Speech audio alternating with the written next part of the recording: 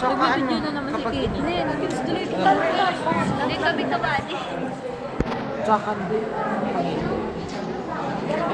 Ayo. So, anime. Anong maganda?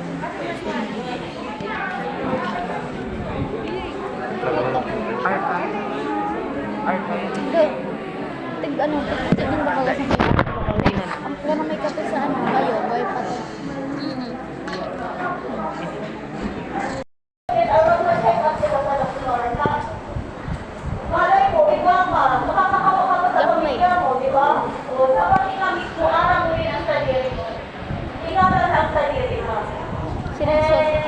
Pangalawang is, maghilakot sa mga programang pagkalusugan ng barangay tulad ng salination or vaccination. So, hindi ko naman ito ang vaccination, lalo lang sa mga araw sa kailangan ikinig kita sa mga street food. Dahil naman yan, dahil naman yan may iwasan sa ano, minsan pa nagtitray ka lang kita, dahil naman mapupugulan sa dirita. And then, hikayatin ang mga taong may sindromas na magtingin agad sa health center. So, since arap naman si Sayan, symptoms kung nagdamog na ko, so, sa pamilya nito, ito mismo nakakaano, arap mo nakikikuhan mo, at magpagpagsa po sa doktor, para na siya maglala. The summary is what? And hepatitis A ay sakit sa atay na bukod ng virus.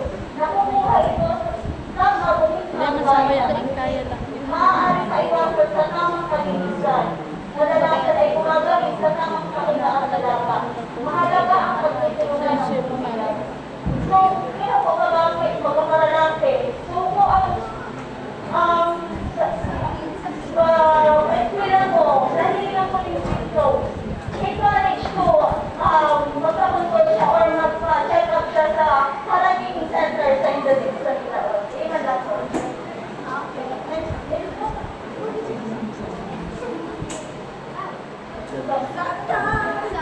So guys, may ihanda kami.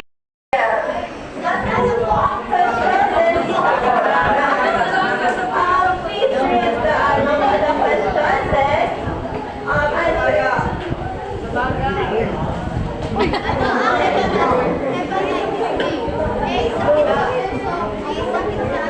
questions and B. Mapuraw niya.